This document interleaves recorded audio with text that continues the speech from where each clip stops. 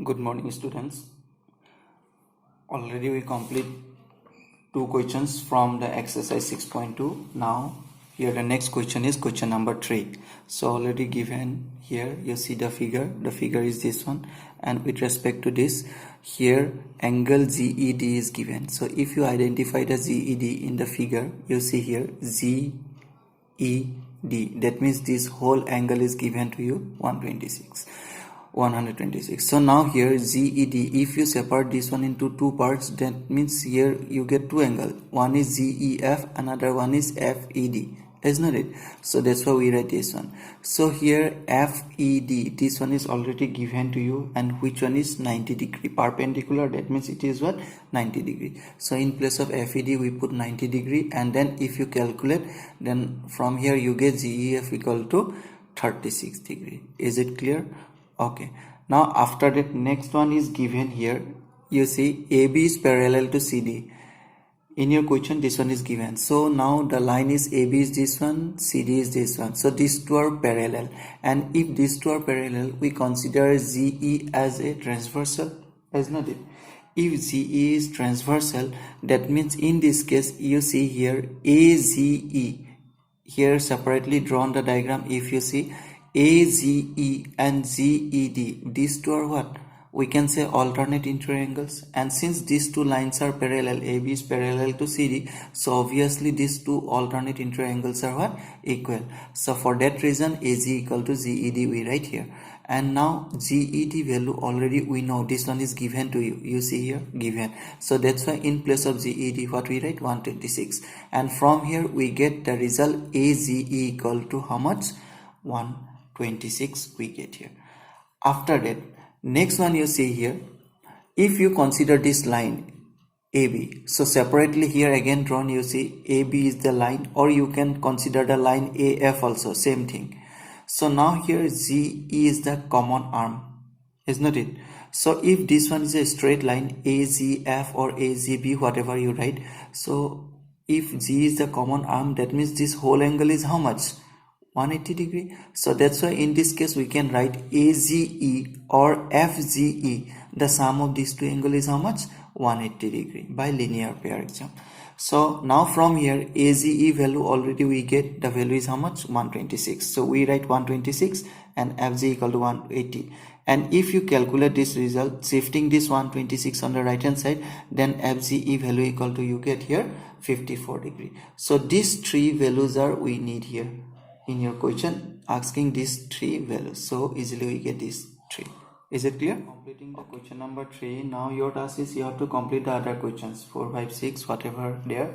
So if any question or any doubts are there, then you can ask me in our next class. So now here, after doing this exercise, next one very important topic is here, and which one is known as angle sum property of a triangle.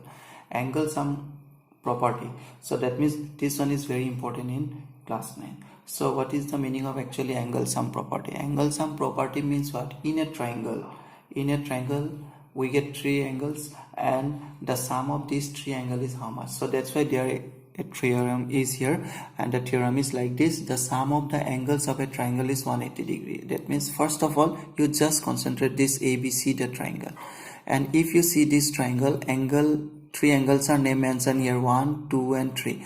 So the sum of these three angles is what? 180 degree. We need to prove this result. The sum of these three angles is how much? 180 degree we need to prove.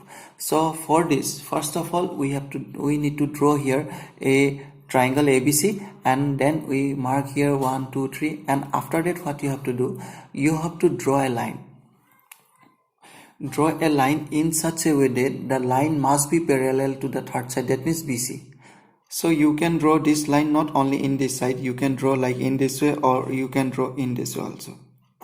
So here with respect to this BC side, we draw a line XAY in such a way that this XAY or XY, this line must be parallel to BC. Is it clear? This one is the main point here. Or if it is parallel, suppose if these two lines are parallel, now easily we can say this AB is the transversal, isn't it?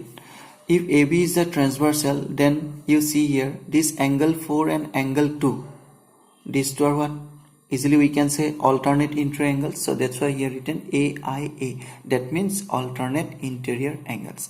Similarly, this XAY is parallel to BC. So in this case you see AC is the transversal.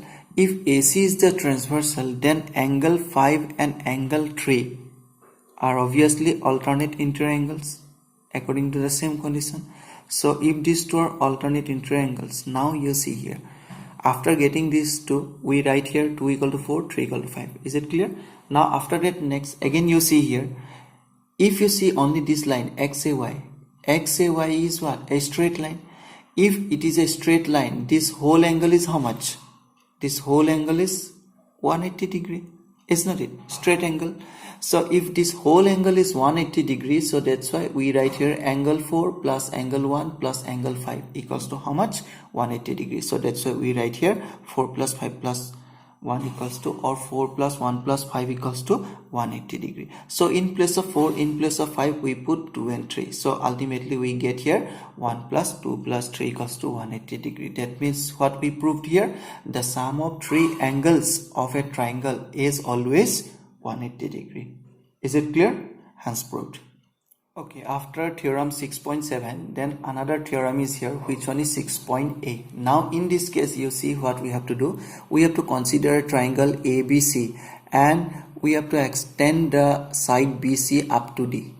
Is it clear? Now here when we consider ABC triangle, now here angle 1, 2, 3, these three angles are inside the triangle. So that's why these three are also known as interior angles. With respect to these three, now if we increase the line, or then if we increase the line here, if you see BC up to D, then here ACD, one angle we get here, this angle is here known as exterior angles. It is not fixed that we have to increase each and every time BC.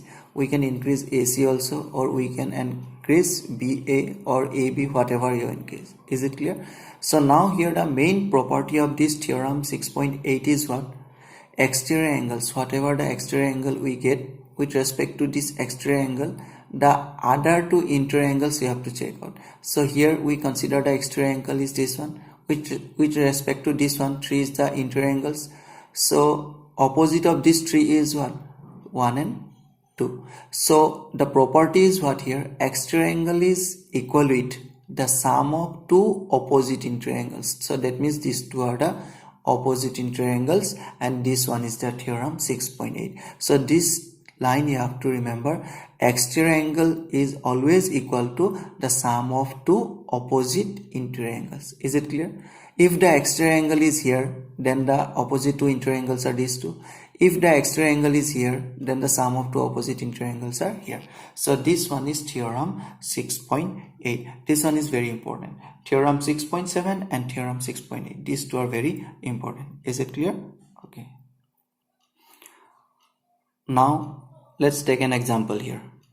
Suppose we consider a triangle here PQR, and now here two lines are withdrawn, PS and QT. So PS is like in this way, and QT is, remember QT is perpendicular on PR. So that means this angle is 90 degree here. And here it is suppose given to you, angle is 30, here it is 40, and here it is mentioned as Y and it is mentioned as X. We just take an example. And now your task is what here? We have to find out the value of X and Y here. Let's see how can we find out the value of X and Y here. So if you see here the triangle TQR, if you see the triangle TQR separately here drawn, you see TQR.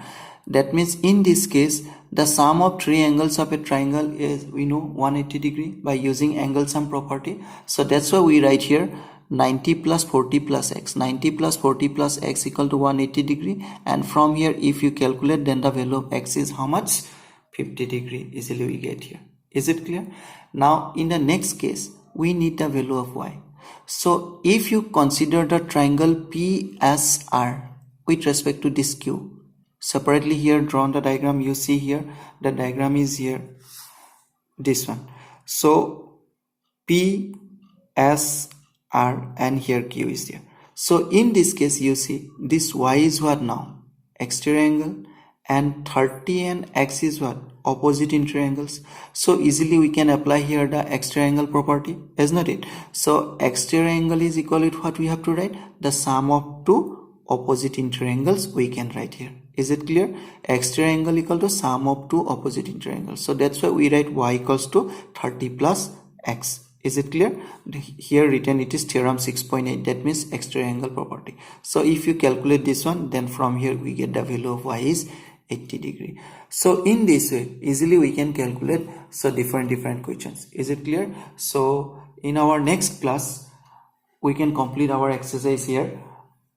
Is it clear? So now here what your task is, what you have to practice this property, angle sum property theorem 6.7, and also you have to complete the exercise 6.2. In our next class we discuss about the exercise, the remaining questions. That means from exercise 6.3 we have to do some questions. Is it clear? Okay, thank you.